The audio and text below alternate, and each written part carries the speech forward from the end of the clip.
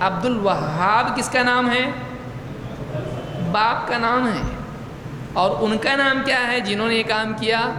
محمد. تو محمد ابن عبد الوہاب ان کا نام ہے التمیمی. لیکن لوگ کہتے ہیں اب ان کو محمد کی وجہ سے بولیں گے محمدی تو اور بھی زیادہ عزت ہو جائے گی اس کی، تو نام کیا دو؟ اب عبد الوہابی بھی نہیں بول سکتے تو کیا کرتے ہیں؟ وہابی. اور بہت سارے گاؤں دیہات میں جیسے ان کی ڈکشنری خراب ہوتی ہے تو وہابڑے، تو بگاڑ کے بھی بگاڑنا.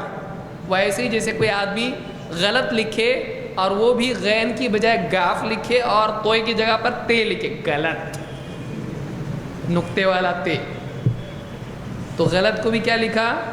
غلط. شیخ محمد ابن عبد الوہاب نے وہاں پر شرک کی صورتوں کو ختم کیا، علمی اعتبار سے بھی اور عملی سطح پر نفاذ کے اعتبار سے بھی. وہ اہل حق میں سے تھے، اور اہل حق میں سے بڑے بڑا عالم معصوم ہوتا ہے؟ نہیں ہوتا ہے. انبیاء ہیں کہ جن کی ساری باتیں صحیح ہوتی ہیں، لیکن ان کی کوئی بات اگر خطا ہے تو اس کی وجہ سے ان کو ایک دم غلط ثابت کر دینا ایسا صحیح نہیں. وہ ہمارے نزدیک اہل حق میں سے تھے، بلکہ مجددین میں ان کا شمار کیا جا سکتا ہے. تجدید دینی اعتبار سے امت کے افراد کی تجدید کرنا، ماحول کو صحیح کرنا جو بگڑا ہوا ماحول ہے، تو انہوں نے بہت بڑا کام کیا ہے. تو ہمارے نزدیک وہ اہل حق میں سے ہیں. اگر ان کی کوئی بات غلط کوئی لا کے بتاتا ہے جو قرآن و حدیث سے ٹکراتی ہے تو ان سے بڑے تو ائمہ کرام تھے، امام شافعی، امام ابو حنیفہ، امام مالک، امام احمد، تو ان کی بھی تو کوئی بات خطا ہو سکتی ہے، یہ تو سبھی مانتے ہیں. وہ معصوم تو ہے نہیں، تو کوئی بات اگر ان کی کوئی خطا ہے علمی اعتبار سے تو ٹھیک ہے، خطا ہے، ہم مانتے ہیں اس کو. سوال ہے کہ کیا سجدے میں سجدے کی دعا کی وجہ سے سجدہ طویل کر سکتے ہیں یا نہیں؟ دیکھیے دو صورتیں ہیں، ایک ہے کہ آدمی انفرادی نماز پڑھ رہا ہے، یا ایک آدمی جماعت میں امام کے تابع ہے، یا تیسری صورت یہ ہے کہ امام ہے وہ. تو تینوں صورتوں میں دیکھتے ہیں دعا کی وجہ سے. پہلے تو یہ کہ سجدے میں دعا کی جا سکتی ہے یا نہیں، اور کن نمازوں میں. سجدے میں دعا کی جا سکتی ہے تمام نمازوں میں جن میں سجدہ ہے. اسی لیے آپ نے فرمایا کہ بندہ سب سے قریب اللہ کے کب ہوتا ہے؟ سجدے میں. جب وہ سجدے میں ہوتا ہے تو خوب اللہ سے دعا کرو. فَأَكْثِرُ الدُّعَاء. آپ نے نہیں کہا کہ فرض نماز کے سجدے میں قریب ہوتا ہے یا نفل کے قریب ہوتا ہے، سارے سجدوں میں اللہ کے قریب ہوتا ہے، تو اللہ سے اس میں دعا کر سکتا ہے.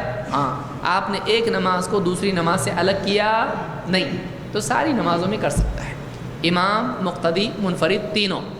لیکن اگر امام ہے تو اس کو مختصر دعا کرنا چاہیے. کیوں؟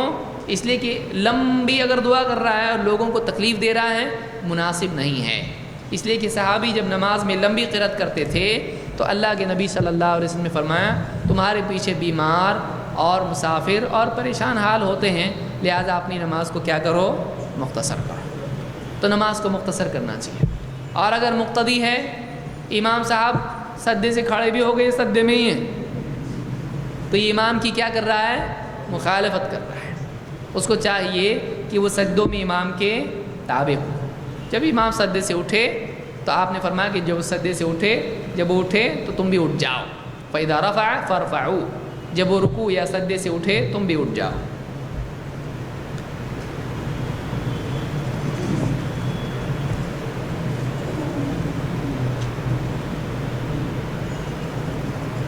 سوال ہے کہ واٹ از دا دلیل فار اسٹینڈنگ وین حی علی الصلاح از recited during اقامہ.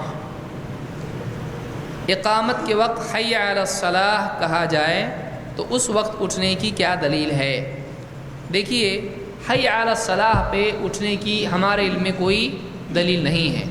اللہ کے نبی صلی اللہ علیہ وسلم نے اس چیز کو صحابہ پر لازم یا اس کو صحابہ کے لیے مستحب قرار نہیں دیا. آپ نے فرمایا اذا اقیمت الصلاۃ فلا تقوموا حتى ترونی. بخاری میں روایت موجود ہے جہاں تک کہ مجھ کو یاد ہے. آپ نے فرمایا جب کہ اقامت ہو تو تم جب تک کہ مجھے دیکھ نہیں لیتے کھڑے مت ہونا. یہ نہیں کہا جب اقامت ہو تو حی علی الصلاح پہ کھڑے ہو. آپ نے وہ بھی تو طے نہیں کیا، اس سے دیر بھی ہو سکتی ہے کہ بلال رضی اللہ تعالیٰ نے اقامت دینا شروع کر دی اور اللہ کے نبی صلی اللہ علیہ وسلم کا کمرہ جو مسجد سے جڑا ہوا ہے، آپ اپنے کمرے سے ابھی تک باہر نہیں آئے تو صحابہ نے اٹھنا ہے ابھی نہیں، جب تک کہ نبی صلی اللہ علیہ وسلم کمرے سے باہر نہیں آتے، دیکھ نہیں لیتے امام کو، تب تک کہ کھڑے ہونا ہے نہیں۔ تو یہ بات ہم کو ملتی ہے کہ امام اگر آ چکا ہے اور اقامت ہو گئی تو کھڑے ہو سکتے ہیں، اس میں کوئی ممانعت نہیں ہے۔ سوال ہے کہ نماز کے اندر مچھر کیڑے کو مارنے سے نماز ہوتی ہے کہ نہیں، ٹوٹتی ہے کہ نہیں؟ دیکھیے، نماز میں اگر کوئی آدمی بقدر حاجت کوئی حرکت کرتا ہے تو اس سے نماز نہیں ٹوٹتی ہے۔ ہاں اگر خطرناک چیز ہے جیسے سانپ بچھو تو اس کو تو نماز میں مارنے کا حکم ہے، لیکن مچھر اس کے حکم میں آتا ہے نہیں۔ مچھر سانپ بچھو کی طرح نہیں ہے کہ ڈستے ہی کچھ مر جائے گا یار۔ لیکن اگر کوئی آدمی نماز میں کھجاتا ہے یا کپڑے وغیرہ کچھ درست کرتا ہے تو اگرچہ اس میں کراہت ہے، لیکن یہ چیز اگر واقعی ضرورت ہے، اب ایک آدمی کو مچھر کاٹ رہا ہے بالکل فرصت کے ساتھ میں اور یہ اس کو کنٹرول کر رہا ہے پورا، تو حرکت کیوں نہیں کر رہا ہے؟ نماز میں خلل ہوگا، دھیان نماز سے ہٹ جائے گا، تو یہ اب کہاں دھیان اس کا؟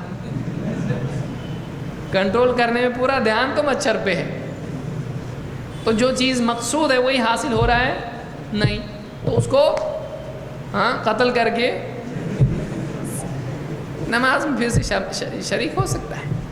تو ایک آدمی خواہ مخواہ اس کو کنٹرول کرتا رہے تو پوری نماز میں دھیان کدھر رہے گا؟ مچھر کے اوپر رہے گا، جو کہ مقصود نہیں ہے۔ جو اصل مقصد ہے نماز میں دھیان لگنا، اگر وہ کچھ اس طرح سے کر کے نماز کی طرف دھیان دیتا ہے تو یہ زیادہ بہتر ہے۔ اور اللہ کے نبی صلی اللہ علیہ وسلم سے ضرورت کے وقت میں نماز میں حرکت کرنا، صحابہ سے حرکت کرنا ثابت ہے۔ صحابی کہتے ہیں گرمیوں میں ایسا ہوتا تھا کہ ہمارے پاس جو امامہ یا کپڑا ہوتا تھا، ریت اتنی گرم ہوتی تھی کہ جب ہم سجدہ کرتے تھے تو اپنا کپڑا یا دامن بھی بچھا لیتے تھے اور اس کے اوپر سجدہ کرتے۔ بعض صحابہ کہتے ہیں ہم مٹھی میں ریت لے لیتے تھے اور وہ ہمارے ہاتھوں میں کیا ہوتی تھی؟ ٹھنڈی، اور پھر جب سجدے کا وقت آتا تھا ڈال دیتے تھے، اس پہ سجدہ کرتے تھے۔ اتنی گرمی عرب میں ہوتی تھی، ایسے وقت میں بھی وہ نماز پڑھتے تھے۔ وہاں پہ کوئی قالین تھا نہیں تھا، وہاں پہ ریت ہی کا قالین تھا۔ تو اب اسے نماز ٹوٹ گئی نہیں، تو مچھر مارنے سے بھی نماز نہیں ٹوٹے گی۔ اتنی کوئی حرکت آدمی کرتا ہے تو میرے علم میں کسی بھی یعنی اہل علم میں سے، اہل اجتہاد میں سے کسی کا فتویٰ میرے علم میں نہیں ہے کہ اس نے کہا کہ نماز ٹوٹ جاتی، ایسا کہیں بھی ہم نے پڑھا نہیں ہے۔ تو میں سمجھتا ہوں آج کے لیے اتنا کافی ہے، بچی ہوئی باتیں انشاءاللہ ہم اگلے درس میں دیکھیں گے۔ اقول قولی ھذا واستغفر اللہ لی ولکم۔